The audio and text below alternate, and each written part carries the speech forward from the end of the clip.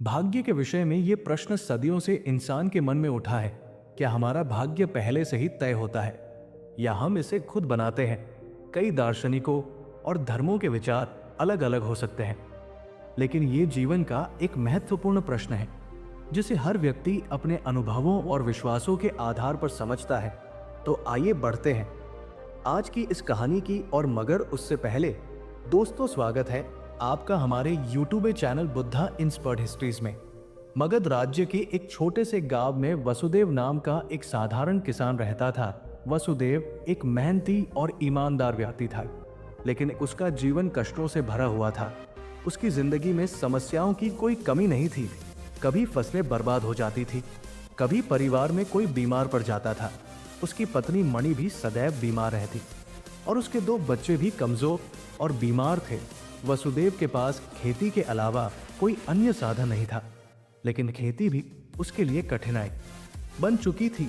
हर दिन सुबह उठकर वसुदेव खेत में जाता, कड़ी मेहनत करता, लेकिन उसकी मेहनत का फल उसे नहीं मिल पाता। गांव के लोग हमेशा कहते, ये सब तुम्हारे भाग्य का खेल है, तुम्हारी किस्मत में यही लिखा है और कोई भी इसे बदल नहीं सकता। ये शब्द सुन सुनकर वसुदेव के मन में गहरी निराशा भर गई थी। वो हमेशा सोचता, क्या सच में मेरा भाग्य पहले से तय है? क्या मैं इसे बदलने के लिए कुछ नहीं कर सकता? अगर मेरे जीवन में पहले से ही ये कष्ट लिखा है तो मेरी मेहनत का क्या मतलब है? वसुदेव का ये सवाल उसकी जिंदगी में एक बड़ा मोड़ लाने वाला था। हर रात जब वो सोता तो उसके मन में ये विचार आते कि अगर उसका भाग्य पहले से लिखा हुआ है तो उसकी मेहनत का कोई मतलब नहीं है। उसे लगता कि शायद वह किसी अदृश्य शक्ति के अधीन है जो उसके जीवन को नियंत्रित कर रही है। वह अपने जीवन के दुखों को लेकर परेशान था और इसे बदलने का कोई तरीका उसे नहीं सूझ रहा था। वसुदेव के भीतर एक ज्वलंत इच्छा थी कि वो अपने जीवन का उत्तर खोजे। उसने सुना था कि भगवान बुद्ध महान ज्ञान के स्वामी हैं और वे इस तरह के सवालों के उत्तर दे सकते हैं। गांव के एक बुजुर्ग ने उसे बताया था कि बुद्ध इन दिनों पास के जंगल में तपस्या कर रहे हैं और लोगों को उनके जीवन के जटिल सवालों का समाधान दे रहे हैं। वसुदेव ने अपनी पत्नी मणि से कहा, मैं भगवान बुद्ध से मिलना चाहता हूँ। मैं जानना चाहता हूँ कि क्या मेरा भाग्य पहले से तय है या मैं उसे बदल सकता हूँ। मणि ने भी उसे समर्थन दिया क्योंकि वह जानती थी कि वसुदेव इस सवाल को लेकर अत्यधिक चिंतित था और इसका उत्तर उसे मानसिक शांति प्रदान कर सकता है। अगली सुबह वसुदेव ने यात्रा पर निकलने का निर्णय लिया। उसने अपने खेतों और परिवार की जिम्मेदारी कुछ दिनों के लिए गांव के एक विश्वसनीय मित्र को सौंप दी और बुद्ध की ओर चल पड़ा। उसकी यात्रा लंबी और कठिन थी, लेकिन उसके मन में यह दृढ़ संकल्प था कि वो अपने सवाल का उत्तर पाएगा। वसुदेव की ये यात्रा सरल नहीं थी।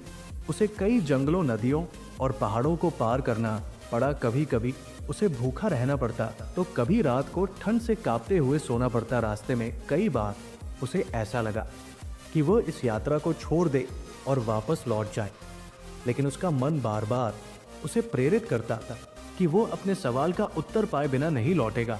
एक दिन जब वो एक बड़े जंगल से गुजर रहा था, तब उसे एक बूढ़े साधु मिले। साधु ने उसे भोजन दिया और उसके साथ कुछ समय बिताया। साधु ने वसुदेव से उसकी यात्रा का उद्देश्य पूछा। वसुदेव ने साधु को अपनी परेशानी और सवाल के बारे में बताया। साधु ने उसकी बात सुनकर कहा, तुम सही रास्ते पर हो पुत्र, भगवान बुद्ध ही तुम्हें इसका उत्तर दे सकते हैं, लेकिन याद रखना उत्तर तुम में ही है। बुद्ध तुम्हें केवल मार्ग दिखा सकते हैं।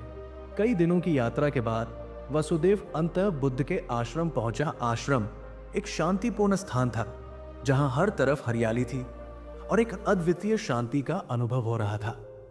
वहां बहुत सारे लोग पहले से मौजूद जो बुद्ध के प्रवचनों को सुन रहे थे।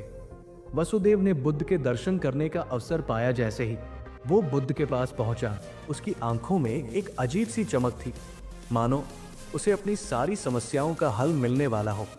वसुदेव ने विनम्रता से बुद्ध को प्रणाम किया और कहा, भगवान मैं वसुदेव हूँ, मेरा जीवन कष्टों से भरा है।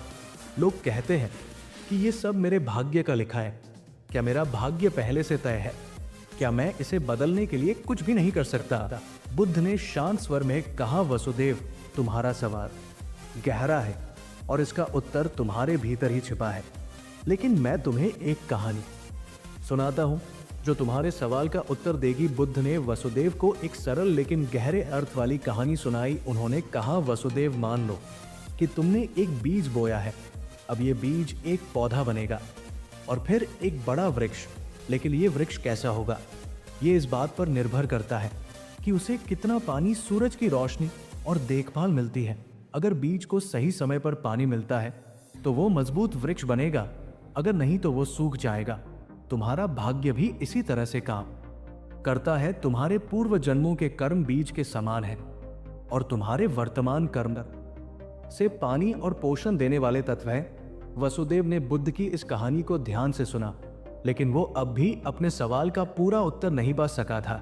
उसने सोचा कि क्या उसके कर्म वास्तव में उसका भाग्य बदल सकते हैं। वसुदेव के सवाल के उत्तर को और अधिक स्पष्ट करते हुए बुद्ध ने कहा, भाग्य और कर्म एक दूसरे से जुड़े हुए हैं। भाग्य वह है जो तुम्हारे पिछले कर्मों का परिणाम है, लेकिन याद रखना, ये पत्थर की लकीर नहीं है। तुम्हारे वर्तमान कर्म तुम्हारे भविष्य का निर्माण कर सकते हैं। अगर तुम सही दिशा में कर्म करोगे तो तुम्हारे जीवन में बदलाव अवश्य आएगा। बुद्ध ने एक और उदाहरण दिया। मान लो कि तुम्हारे पास एक नाव है और वो नाव नदी की धारा में बह रही है। तुम्हारा भाग्य उस धारा के समान है जो तुम्हें एक दिशा में ले जा रही है, लेकिन तुम्हारे पास चप्पू है और तुम्हारे कर्म वे चप्पू हैं जो तुम्हें धारा के विपरीत दिशा में भी ले जा सकते हैं। वसुदेव अब कुछ हद तक समझ चुका था कि कर्म और भाग्य कैसे आपस में जुड़े हुए हैं, लेकिन उसके मन में अब एक और सवाल उभर रहा था। उसने बुद्ध से पूछा, भगवान, अगर कर्म ही हमारा भाग्य बनाते हैं तो क्या इसका मतलब यह है कि जो भी मेरे साथ अभी हो रहा है वो मेरे पूर्व कर्मों का ही फल है? और अगर मैं आज से अच्छे कर्म करना शुरू कर दूं तो क्या इससे मेरा भाग्य तुरंत बदल जाएगा? बुद्ध मुस्कुराए और उत्तर दिया, वसुदेव, ये महत्वपूर्ण है कि तुम वर्तमान के महत्व को समझो। तुम्हारा वर्तमान कर्म तुम्हारे भविष्य को गढ़ता है, लेकिन ये प्रक्रिया धीरे धीरे होती है। जैसे एक बीज से वृक्ष बनने में समय लगता है, तुम्हारे पिछले कर्मों के परिणाम को बदलने के लिए धैर्य और निरंतरता की आवश्यकता होती है। ये मत सोचो कि तुम्हारे जीवन में बदलाव तुरंत आ जाएगा। सही कर्म करने से जीवन की दिशा अवश्य बदलती है, लेकिन उसका फल धीरे धीरे आता है। फिर बुद्ध ने एक और कहानी सुनाई। एक किसान ने अपने खेत में बीज बोए। पहले साल बारिश न होने के कारण फसलें नहीं उग पाई। किसान निराश हो गया और सोचा कि ये उसका भाग्य है, लेकिन उसने हार नहीं मानी। अगले साल उसने फिर से बीज बोए और इस बार बारिश सही समय पर हुई। उसकी मेहनत रंग लाई और उसे अच्छी फसल मिली। किसान का ये अनुभव दिखाता है कि कर्म लगातार करना होता है, भले ही उसका फल तुरंत ना मिले। वसुदेव के मन में अब भी ये सवाल बना हुआ था कि क्या अतीत के कर्मों को पूरी तरह से बदला जा सकता है। उसने बुद्ध से कहा, भगवान, अगर मेरे पिछले कर्म मेरे वर्तमान दुखों का कारण है तो क्या मैं उन्हें पूरी तरह से बदल सकता हूँ, या क्या मुझे केवल अपने वर्तमान और भविष्य पर ध्यान केंद्रित करना चाहिए? बुद्ध ने गहरी सांस ली और कहा, वसुदेव, अतीत को बदलना संभव नहीं है। जो हो चुका है वो हो चुका है, लेकिन अतीत को स्वीकार करके ही तुम वर्तमान को सही दिशा में ले जा सकते हो। तुम्हारे वर्तमान कर्म तुम्हारे भविष्य का निर्माण करेंगे। अगर तुम अपने अतीत को छोड़कर वर्तमान पर ध्यान केंद्रित करोगे तो तुम्हारा जीवन धीरे धीरे बदलने लगेगा। बुद्ध ने यह भी कहा, अतीत का बोझ उठाने से तुम आगे नहीं बढ़ पाओगे। उसे स्वीकार करो, उससे सीखो और आगे बढ़ो। अपने वर्तमान को अच्छे कर्मों से भर दो और भविष्य तुम्हारा होगा। बुद्ध ने वसुदेव को एक और उदाहरण दिया। एक समय की बात है, एक राजा अपने राज्य में बहुत खुशहाल जीवन जी रहा था, लेकिन एक दिन उसे पता चला कि राज्य में एक गरीब ब्राह्मण है जो बहुत कष्ट में जी रहा है। राजा ने उसे अपने दरबार में बुलाया और पूछा, तुम इतने कष्ट में क्यों हो? ब्राह्मण ने उत्तर दिया, राजा, ये मेरे भाग्य का खेल है। मैं कितना भी परिश्रम करूं, लेकिन मेरा भाग्य मुझे इस गरीबी से बाहर नहीं निकलने देता। राजा ने हंसकर कहा, तुम्हारा भाग्य तुम्हारे पिछले कर्मों का परिणाम हो सकता है, लेकिन तुम्हारे भविष्य का निर्माण तुम्हारे वर्तमान कर्मों से होगा। अगर तुम आज से सही दिशा में कर्म करोगे तो तुम्हारा भविष्य अवश्य बदल जाएगा। राजा ने ब्राह्मण को कुछ मदद दी और उसे अपने जीवन में अच्छे कर्म करने के लिए प्रेरित किया। धीरे धीरे ब्राह्मण ने मेहनत करनी शुरू की और कुछ सालों के बाद उसका जीवन पूरी तरह बदल गया। वो गरीबी से बाहर आ गया और एक समृद्ध जीवन जीने लगा। बुद्ध की बातों ने वसुदेव के मन में एक नई रोशनी जगा दी। उसने महसूस किया कि भाग्य कोई ऐसी चीज नहीं है जो स्थायी हो और जिसे बदला ना जा सके। ये उसके कर्मों का परिणाम था और अगर वो अपने कर्मों में बदलाव करेगा तो उसका जीवन भी बदल सकता है। वसुदेव अब समझ चुका था कि उसे अपने अतीत के कर्मों को स्वीकार करना होगा और अपने तमान पर ध्यान केंद्रित करना होगा। उसने बुद्ध से कहा, भगवान, मैं अब समझ चुका हूँ कि मेरा भाग्य मेरे ही हाथों में है। मैं अपने कर्मों को बदलकर अपने जीवन को एक नई दिशा दे सकता हूँ। बुद्ध ने उसे आशीर्वाद दिया और कहा, सही रास्ते पर चलने वाले को कभी निराश नहीं होना चाहिए। जीवन में जो कुछ भी होता है वो हमारे कर्मों का ही परिणाम होता है। अगर हम सही दिशा में कर्म करेंगे तो हमारा भविष्य अवश्य उज्जवल होगा।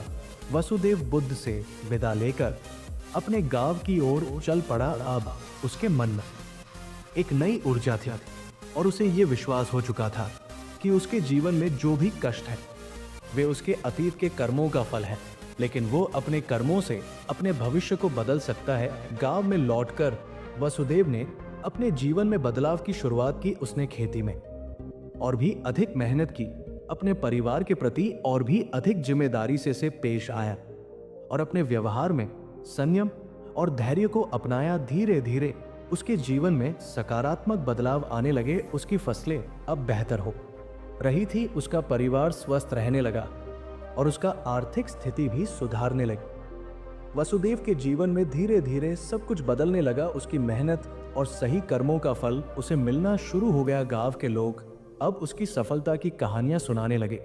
वे कहे, वसुदेव ने अपने भाग्य को बदला है। उसने अपने कर्मों से ये साबित कर दिया कि भाग्य पहले से तय नहीं होता। वसुदेव के जीवन का ये बदलाव उसे और भी प्रेरित करता रहा और वो हर दिन अपने जीवन को और बेहतर बनाने में जुटा रहा। उसने ये भी समझा कि जीवन में धैर्य का महत्व कितना बड़ा है। समय के साथ वसुदेव गांव के सबसे सफल व्यक्तियों में से एक बन गया। वसुदेव एक दिन फिर से बुद्ध के पास गया और उन्हें धन्यवाद दिया। उसने कहा, भगवान, आपने मुझे सिखाया कि भाग्य और कर्म आपस में जुड़े हुए हैं। आपने मुझे दिखाया कि अगर हम सही दिशा में कर्म करें तो हमारा भविष्य बदल सकता है। मैं अब समझ चुका हूँ कि भाग्य कोई स्थायी चीज नहीं है और हमें अपने कर्मों पर ध्यान देना चाहिए। बुद्ध ने मुस्कुराते हुए उत्तर दिया, वसुदेव, तुम्हें अब यह समझ आ गया है कि जीवन का सारा खेल कर्मों का है। भाग्य का लिखा हमारे पिछले कर्मों का परिणाम है, लेकिन हमारे वर्तमान कर्म ही हमारे भविष्य को तय करेंगे। जीवन में कभी निराश मत होना, क्योंकि तुम्हारे कर्म ही तुम्हारे सबसे बड़े साथी हैं। वसुदेव अब पूरी तरह से आत्मनिर्भर और आत्मविश्वासी बन चुका था। उसने ये समझ लिया था कि जीवन में कोई भी चीज स्थायी नहीं होती और हमारे कर्म ही हमें हमारे भविष्य की ओर ले जाते हैं। उसने बके सिखाए गए मार्ग को अपने जीवन में उतारा और अपने जीवन में सुख और शांति का अनुभव किया। इस कथा का संदेश यही है कि हमारा भाग्य पहले से तय नहीं होता, हमारे कर्म ही हमारे भविष्य का निर्माण करते हैं। और अगर हम सही दिशा में कर्म करेंगे तो हम अपने जीवन में सुख और समृद्धि प्राप्त कर सकते हैं। जीवन में कभी हार ना माने, क्योंकि आपके कर्म ही आपके भाग्य को बदल सकते हैं। अगर आपको हमारी कहानी अच्छी लगती है तो हमारे चैनल को जरूर सब्सक्राइब कीजिए, ताकि हर एक ऐसी कहानी सबसे पहले आप तक पहुंचे। धन्यवाद।